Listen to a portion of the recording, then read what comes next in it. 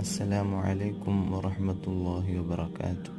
Saad bin Bilal റളിയല്ലാഹു തആല അൻഹു പറയുന്നു, ഒരു അടിമ തെറ്റ് ചെയ്യുമ്പോൾ അല്ലാഹു സുബ്ഹാനഹു വ തആല അവനക്ക് 4 ഗുണങ്ങളാണ് നൽകുന്നത്. എത്ര വലിയ തെറ്റ് ചെയ്താലും അവനക്ക് അല്ലാഹു തആല ഗുണം ചെയ്യുന്നുണ്ട്. ഒന്നാമത്തെ ഗുണം, അല്ലാഹു അവൻ്റെ ഭക്ഷണം തടയുന്നില്ല, അവനക്ക് അല്ലാഹു തആല റിസ്ക് കൊടുക്കുന്നു.